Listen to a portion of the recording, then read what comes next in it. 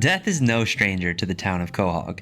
Quite literally, he shows up from time to time in a few of the episodes, but that's not the death we're going to be talking about in today's video. Hello everyone and welcome to PTV Quahog, your channel for everything related to Family Guy. Today, we're going to be remembering some of the great characters in the town of Quahog who have inspired and entertained us, and then sadly met their tragic ends. Now, Family Guy has no shortage of deaths in the show, and it would be hard for me to fit them all into one video. So I'm going to be covering the most notable characters who have died during the show, some of their best moments, and how they died. If you enjoy Family Guy and this video, make sure to drop down below and hit that like and subscribe. Ladies and gentlemen, the mayor of Quahog, Adam West. Thank you. Starting with one of my favorites, Mayor Adam West, his name originating from the actor who voiced his character and was also famously known for playing Batman in the original 1966 Batman TV series. Mayor West is without a doubt one of the more out there and zany characters in the show. Appearing first in Season 2, Episode 10, Running Mates, Adam West is introduced as an eccentric mayor who's a bit shady and definitely not all there. However, one of my favorite episodes with Adam West is Season 4, Episode 23, where Adam West ends up dating Meg, which is weird considering the age gap, and even weirder when you think about the fact that later in Season 6, Episode 11, just 2 seasons later, he ends up developing a relationship with Carol Pewtersmith, who is Lois's sister and Meg's aunt, who he later marries. Over the course of the show's early years, Adam West was a huge influence on the show, and his role as mayor just made the whole town of Quahog feel even wilder and more bizarre. From killing the Noid in his office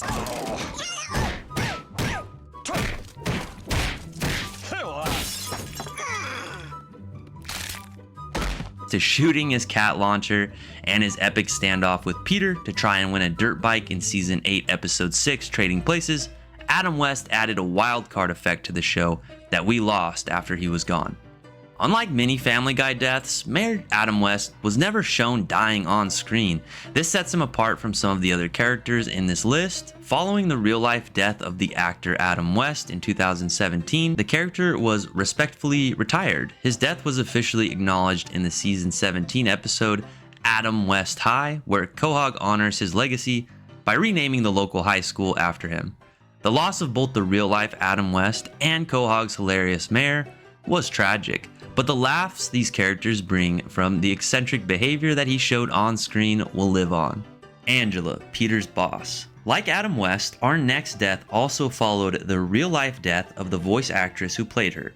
Voiced by Carrie Fisher, the actress who played Princess Leia in the original Star Wars trilogy, and my first major crush as a boy, but that's not important to this video, Angela made her first appearance in the show over 20 years ago in Season 4, Episode 13, Jungle Love, that aired in 2005 as Peter's no-nonsense boss after he's employed at Pawtucket Brewery, Quahog's local brewery, famous for making Pawtucket Ale, Peter's favorite beer. Now, Angela makes multiple appearances throughout the show's early season and was in direct opposition to most of the insane hijinks that Peter committed at work.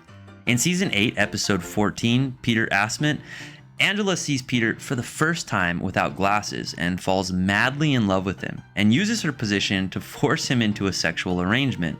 This plan falls apart, and we quickly learn that there's a lot more to Angela than just that harsh exterior that we got in the previous episodes. Angela is lonely and she feels unwanted. Sadly, we never get to see Angela find love, but in Season 17, Episode 9, Pawtucket Pete, which opens up with Angela's funeral and heartfelt speech made by Peter, we find out that she actually married Bert, another Pawtucket Brewery employee. So she did at least find love before death. We just didn't get to see it on screen. Angela was a part of the Quahog universe for close to 13 years, and just like Adam West, it makes sense that the character was retired and properly honored and removed from the show, out of respect for the voice actors who made the characters come to life. Now, any true Family Guy fan knows that just like replacing Meg's voice actor with Mila Kunis, sometimes this works out, and in that case, it was for the better. But honestly, trying to replace these two amazingly talented individuals would have been no small task. In my opinion, is that honestly the fans would not have widely accepted the change or the new voice actors who took over. At the end of the day, it's incredible that Seth MacFarlane was even able to get Adam West and Carrie Fisher to commit so much of their time to the show, and their contributions to the show will always be remembered forever. Next on the list is Diane Simmons. Now, some of you may remember Diane as the co-anchor right alongside Tom Tucker for the Channel 5 News Quahog, and to be honest, I missed the back and forth dialogue they would throw at each other. It had a very Anchorman feel to it. Diane was a major presence in a number of episodes. A few worth noting are 15 Minutes of Shame, which was in Season 2, Episode 12, where Diane interviews Meg about her family life in order to reveal the crazy and embarrassing shenanigans that often took place in the Griffins' home. This leads to the Griffins getting their own reality TV show, and it's a great episode all around. April in Quahog, Season 8, Episode 16 was another great Diane moment. The Channel 5 news team convinces Quahog that a black hole has opened up and the world is going to end, which only results in 87 suicides and widespread looting in the city, which they consider a pretty successful prank. Shortly after this, in Season 9, Episode 1 and 2, Diane meets her end. In this 1 hour long special, we see some key figures from Quahog all receive mysterious invitations to a manor, and it quickly turns into a murder mystery straight out of a Rian Johnson movie. Or Ryan Johnson, how do you say that? This episode tracks up quite the kill count, and I honestly didn't have the time to give each character who was killed in this episode their own spotlight. So to go over them quickly, we had James Wood, who terrorized Peter in a few previous encounters. We can probably remember that. Muriel Goldman, who we'll be covering later in this video. Stephanie, who was Quagmire's secret overweight girlfriend, who was honestly one of my favorite parts of this episode, and Quagmire's reaction upon realizing that everyone he knows is also invited and finds out about his girlfriend. That part's hilarious. We've got Derek Wilcox, who was Jillian's husband at the time, and Priscilla, who was James Wood's younger girlfriend, all die in this episode. We, of course, find out that in the end it was Diane Simmons who was responsible for all the killings. When Lois finds out that Diane is responsible for the murders, Diane attempts to kill Lois to prevent Lois from telling anyone. Stewie, however, has other plans for Lois, and he takes Diane out with a well-placed sniper shot from an adjacent vantage point. The line that he drops at the end of that episode, "If anybody's gonna take that bitch down, it's gonna be me," was a homage to his earlier years when killing Lois was his only goal in life. Over time, he lost that desire, and to see it come back in this moment was a true gift to the fans. Muriel Goldman. Like Diane Simmons, Muriel Goldman died during the Season 9 intro massacre that took place between Episode 1 and 2. Muriel and Mort were still together when she was killed, and while their relationship was never one of the more memorable ones in the show, they had been together for a long time. Muriel discovered Diane Simmons was the secret killer who wanted to murder James Woods, and is killed by Diane in order to hide what she was doing. Muriel's first appearance was in Season 3, Episode 8, when she described her first kiss with Mort, which sounds awful.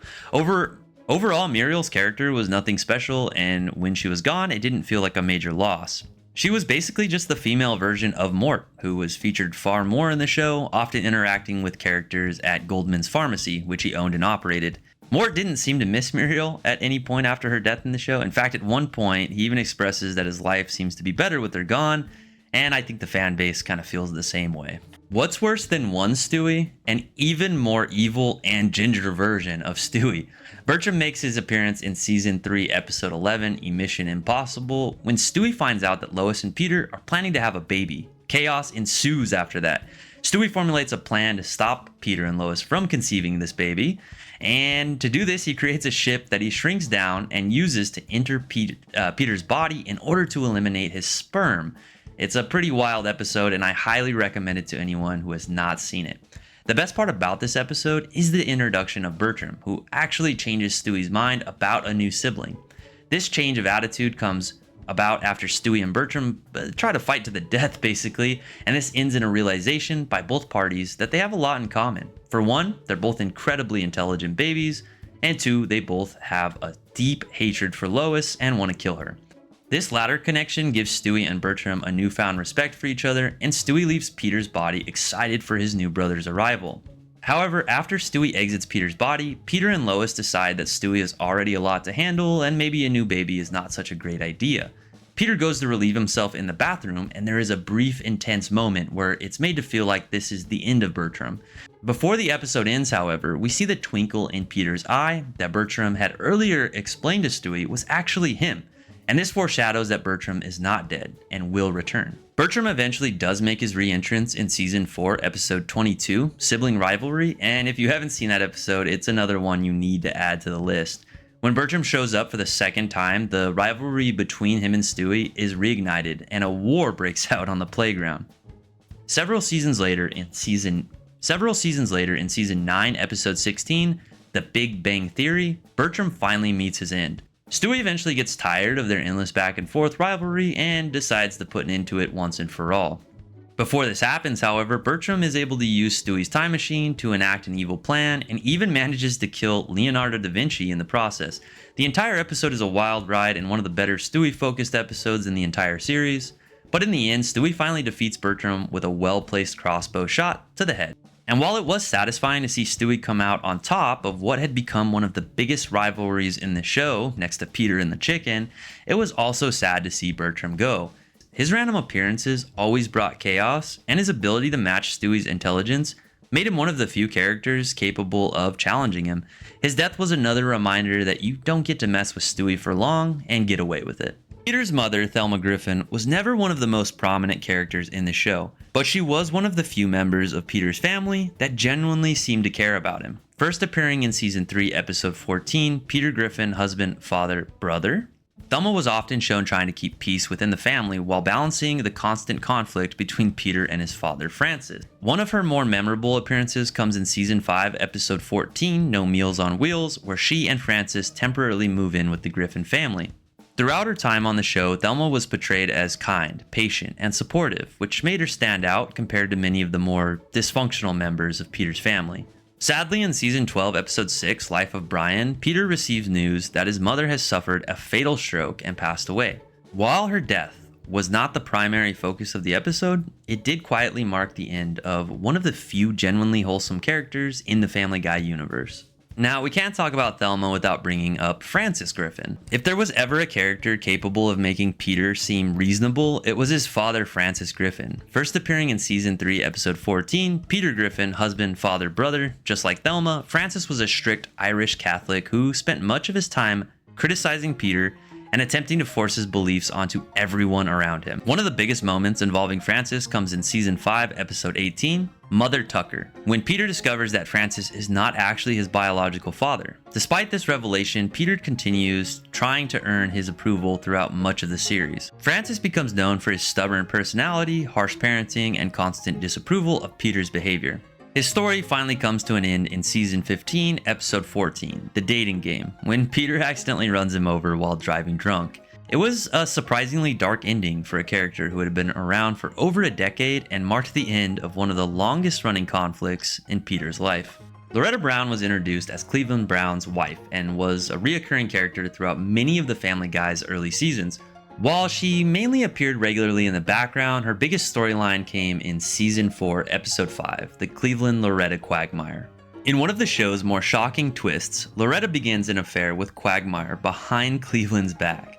When Cleveland discovers the truth, it destroys their marriage and permanently changes the direction of his character. The fallout from the affair eventually leads to Cleveland leaving Quahog and later starting his own spin-off series, The Cleveland Show. Years later, in Season 12, Episode 20, He's Black, it is revealed that Loretta has died after slipping in a bathtub and suffered a fatal neck injury. While her death is only briefly mentioned, it officially closes the book on one of the most important supporting characters from the early years of Family Guy. Before Angela, there was Jonathan Weed, first appearing in Season 2, Episode 3, Da Boom. Jonathan was Peter's boss at the Happy-Go-Lucky Toy Factory and one of the few authority figures in the show who actually seemed to like him. Unlike many of Peter's future bosses, Jonathan was supportive, easygoing, and often encouraged Peter's behavior rather than punishing it. His most memorable appearance comes in Season 3, Episode 22, When You Wish Upon a Weinstein. During a company gathering, Jonathan unexpectedly chokes on a dinner roll and dies. His death results in the toy factory shutting down and forces Peter to search for new employment. While Jonathan was never one of the biggest characters in Family Guy, His death had a major impact on the series because it directly led Peter to eventually finding work at Pawtucket Brewery, where many future storylines would take place. Few places in Family Guy are as iconic as the Drunken Clam, and for years Horace was the man serving drinks behind the bar. Horace has been there since the beginning. Season 1, Episode 1, Death Has a Shadow. He was one of the longest running reoccurring characters in the entire series. Although he rarely found himself at the center of major storylines, he was a constant presence during some of the show's funnier moments and served as the glue that held together Peter, Joe, Quagmire, and Cleveland's favorite hangout spot. Horace's death is shown on screen in Season 11, Episode 20, Save the Clam, after he is struck by a foul ball at a baseball game. His passing places ownership of the Drunken Clam into question and threatens to shut down one of the most recognizable locations in Quahog. Horace may not have been the loudest or the funniest character in the show. Losing him felt like losing a small piece of Family Guy itself. The Drunken Clam simply wasn't the same without him. And that's it for our list today, everybody. Family Guy has brought us many characters over the years. And again, I know I didn't get to cover every single person who's died, but I tried to cover the key ones and the ones that were really important to me. And I noticed as the show went on, it just didn't really feel the same, except for Muriel, right? That one was not a big loss. I really hope you enjoyed the video. If you did, drop down and hit that like and subscribe, and I'll be bringing you more Family Guy content as time goes on.